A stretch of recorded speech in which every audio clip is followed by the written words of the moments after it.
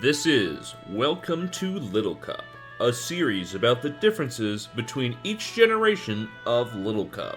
Next up is Generation 6, whose key differences compared to the other generations are the removal of permanent weather, knockoff being buffed to 65 base power, steel no longer resisting dark and ghost type, sleep got fixed, so it's no longer as broken as Generation 5, you can actually run it now. The introduction of the entry hazard Sticky Web, which lowers speed, and Pokemon such as Snivy and Gothita getting their hidden abilities released.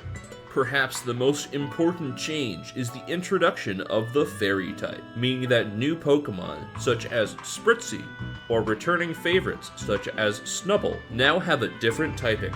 Previous staples such as Mienfoo and Timber are still good, but now have new checks and counters as a result of the typing introduction. As a result, the metagame became significantly faster once again. Stall was no longer viable due to the easily spammed knockoff. Setup sweepers were aplenty, with options such as Dragon Dance and Shell Smash. Balance and bulky offense were still available due to rich defensive options. This was a builder's generation, as more Pokemon and playstyles were viable than ever before.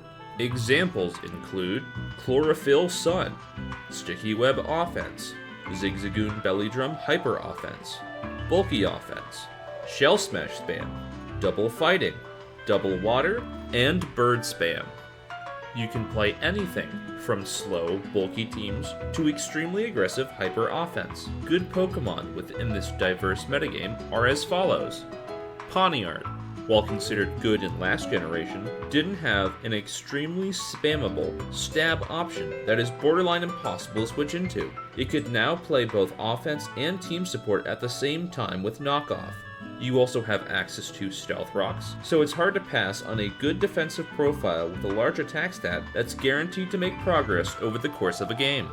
Snivy, who could now use Contrary Leaf Storm to become a threatening sweeper, as well as anti-web support with reliable recovery and synthesis. Snubbull, whose Intimidate plus Fairy typing allowed it to take physical hits from fighting types such as Mienfoo and Timber. Snubbull also had a strong stab option in Play Rough, and utility in Thief to steal Eviolites after taking a knockoff, or using up a held berry juice. Corphish, who is a threatening Dragon Dance sweeper with its newly released Adaptability ability, boosting its water moves such as Crab Hammer and Aqua Jet to even greater heights of power, while also having access to knockoff. Cottony, who is now a grass fairy type as opposed to being solely grass, which gives it a defensive niche in addition to its deep move pool of support options. These include Knockoff, Encore, Memento, and Hidden Power Fire or Fighting for coverage.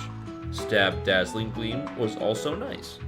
Gothita, whose ability Shadow Tag functions similarly to Arena Trap, enabling it to remove parts of the enemy team consistently. This would enable Pokemon such as Pawniard to not have to deal with Timber or Mienfoo, for example. The newly introduced Spritzy, who had Great Bulk, Fairy type to absorb knockoff and fighting moves, Covet to seal back Eviolites, Moonblast for a strong stab option, Calm Mind to sweep late game, and Wish Protect to either pass health for team support or reliable healing for itself. With all of these good Pokemon, none can quite compare to the introduction of Fletchling with pre-nerf Gale Wings. Gale Wings in Generation 6 gave Fletchling priority on all flying moves, meaning that you had priority Roost, Tailwind, and Acrobatics. Most sets gave up on items entirely to have the powerful Acrobatics on baseline, while also being able to absorb knockoff. Although Steel types could resist this, Fletchling also had access to Overheat, meaning it could just break over would-be checks in Pawniard, Ferroseed, and Magnemite if it was running a mixed set. Fletchling could become a fantastic revenge killer that could keep itself healthy with Roost, while still providing utility with Tailwind, or keeping momentum with U-Turn. But I'm not done yet! As you could also run Swords Dance to become a late-game cleaner who could sweep with Acrobatics. This is the only time where Fletchling was this powerful, and it really showed. As an example of how powerful Fletchling was, Generation 6 had the reintroduction of Sun as a playstyle.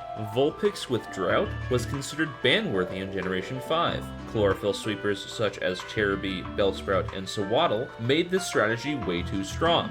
Fletchling turns this into a manageable playstyle due to being able to revenge kill any of these three with priority acrobatics. It was a stabilizing force that made otherwise overpowered strats significantly worse.